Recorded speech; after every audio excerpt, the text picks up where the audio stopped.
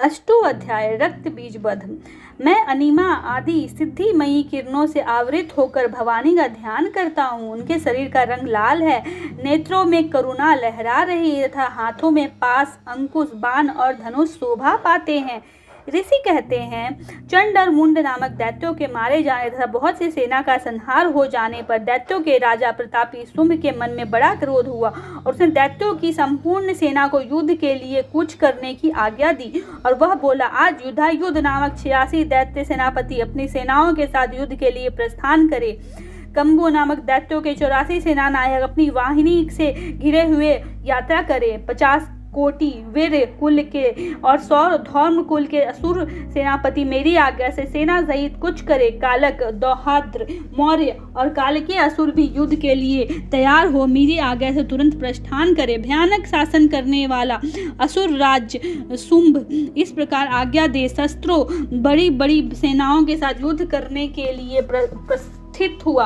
उसकी अत्यंत भयंकर सेना आती देख चंडिका ने अपने धनुष के टंकार से पृथ्वी और आकाश के बीच का भाग गुंजा दिया। राजन, तदंतर देवी ने सिंह ने भी बड़े जोर जोर से दहाड़ना आरंभ किया। फिर अंबिका ने घंटों के शब्द से उस ध्वनि को और भी बढ़ा दिया। धनुष के टंकार, सिंह की दहाड़ और घंटे की ध्वनि से संपूर्ण दिशाएं गूंज उठी।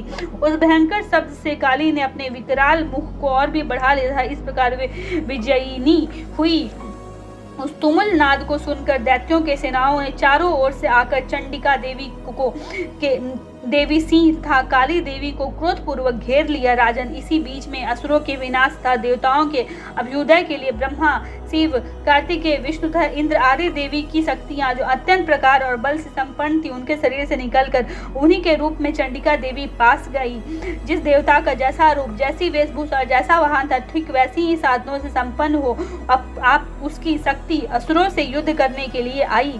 सबसे पहले हंस युक्त विमान पर बैठी हुई अक्षसूत्र और कमंडल से सुशोभित ब्रह्मा जी की शक्ति उपस्थित हुई, जिसे ब्रह्माणी कहते हैं। महादेवी जी की शक्ति वृषभ पर आरूढ़ हो, हाथों में श्रेष्ठ त्रिशूल धारण किए, महानाग का कंकन पहने, मस्तक में चंद्र रेखा से विभूषित हो वहां पहुंची। कार्तिकेय जी की शक्ति रूपा जगदम्बिका उन्हीं का रूप धारण किए श्रेष्ठ मयूर पर आरूढ़ हो, हाथों में शक्ति लिए दैत्यों से युद्ध करने के लिए आई।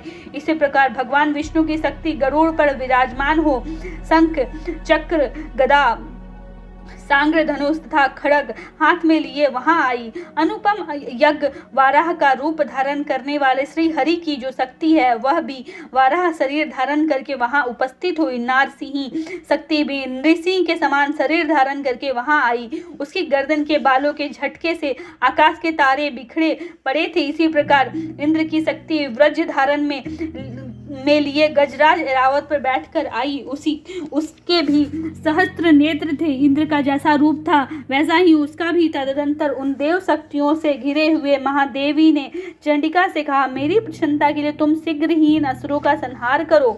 तब देवी के शरीर से अत्यंत भयानक और परम उग्र चंडिका शक्ति प्रकट हुई, जो सैकड़ों गिद्दरियों की भांति आवाज करने वाली थी। उस अपराजित देवी ने धूमिल जटा वाले महादेव जी से कहा, भगवान, आप शुंभ निशुंभ के पास दूत बनकर जाइए और उन अत्यंत गर्वीले दानव शुंभ एवं निशुंभ दोनों से कहिए, साथ ही उनके अतिरिक्त भी जो दानव युद्ध के लिए वहां उपस्थित हो उनको भी यह संदेश दीजिए, दैत्यों, यदि तुम जीवित रहना चाहते हो तो पाताल लोक को लौट जाओ। इंद्र को त्रिलोकी का राज्य मिल जाए और देवता यज्ञ भाग का उपभोग करें। यदि बल के घमंड में आकर तुम युद्ध की अभिलाषा रखते हो तो आओ, मेरी सेवाएं योगिनियां तुम्हारे कच्चे मांस से तृप्त हो। चूंकि उस देवी ने भगवान शिव को दूत कार्य में नियुक्त किया था, इसलिए वह शिव द्युति के नाम से संसार में विख्यात हुई।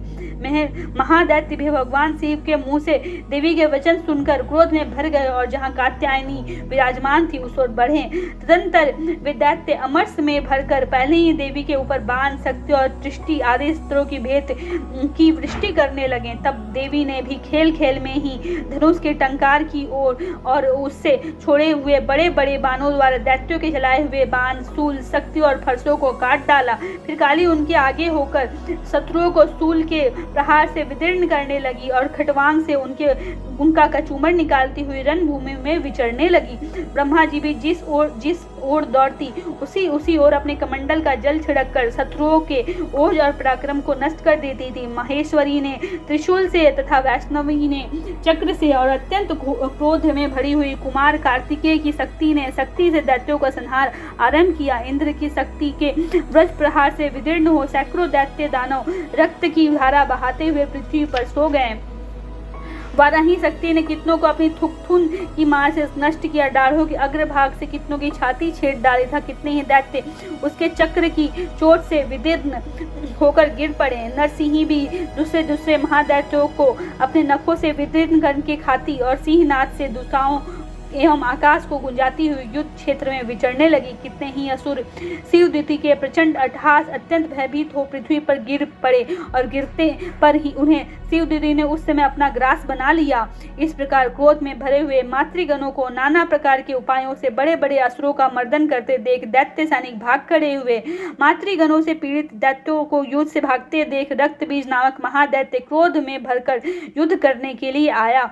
उसके शरीर से जब रक्त की बूंदें पृथ्वी पर गिरती तब उसी से समान शक्ति वाला एक दूसरा महादैत्य पृथ्वी पर पैदा हो जाता।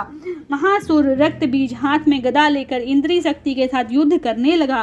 तब इंद्री अपने वज्र से रक्तबीज को मारा। वज्र से घायल होने पर उसके शरीर से बहुत सा रक्त चूने लगा और उसी के समान रूप तथा पराक्रम वाले योद्धा उत्पन्न होने लगे। उसके शरीर से रक्त की जितनी बूंदें गिरी उतने ही पुरुष उत्पन्न हुए। वे सब रक्त बीज के समान ही वीर्यवान, बलवान तथा पराक्रमी थे। वे रक्त से उत्पन्न होने वाले पुरुष भी अत्यंत भयंकर अस्त्र शस्त्रों का प्रहार करते हुए वहां मातृगणों के साथ घोर युद्ध करने लगे।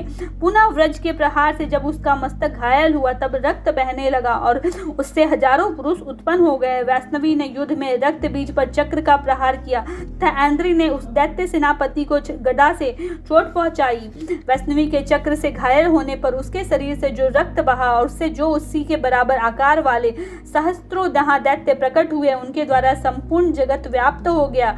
कुमारी ने शक्ति से, वाराही ने खड्ग से और माहेश्वरी ने त्रिशूल से महादैत्य रक्तबीज को घायल किया। क्रोध में भरे हुए उस महादैत्य रक्तबीज ने भी गदा से सभी मातृ शक्तियों पर पृथक पृथक प्रहार किया। शक्ति और शूल आदि से अनेक बार घायल होने पर जो उसके शरीर से रक्त की धारा पृथ्वी पर गिरी उसके भी निश्चय ही सैकड़ों असुर उत्पन्न हुए।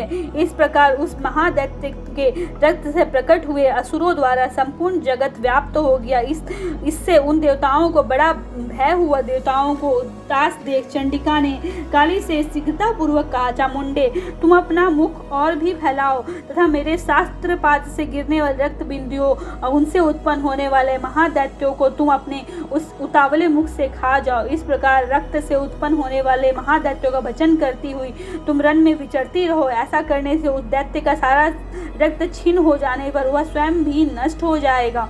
उन भयंकर दैत्यों को जब तुम खा जाओगी तब दूसरों के नए दैत्य उत्पन्न नहीं हो सकेंगे। काली से यो कहकर चंडिका देवी ने शूल से रक्त बीज को मारा और काली ने अपने मुख में उसका रक्त ले लिया।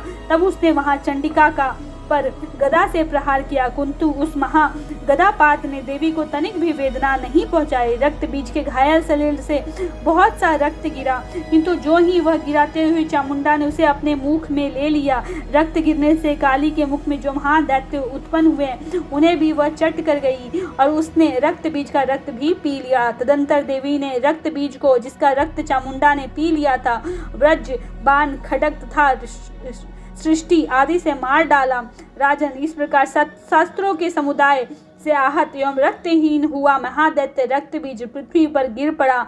नरेश्वर, इससे देवताओं को अनुपम हर्ष की प्राप्ति हुई और मातृगण उन असुरों के रक्तपान के मत से उद्वत्सा होकर नृत्य करने लगे। इस प्रकार श्री मार्कंडेय पुराण में सर्वानिक मनवंतर की कथा के अंतर्गत देवी महात्म्य में रक्त बीज वध नामक 8वां अध्याय पूरा हुआ।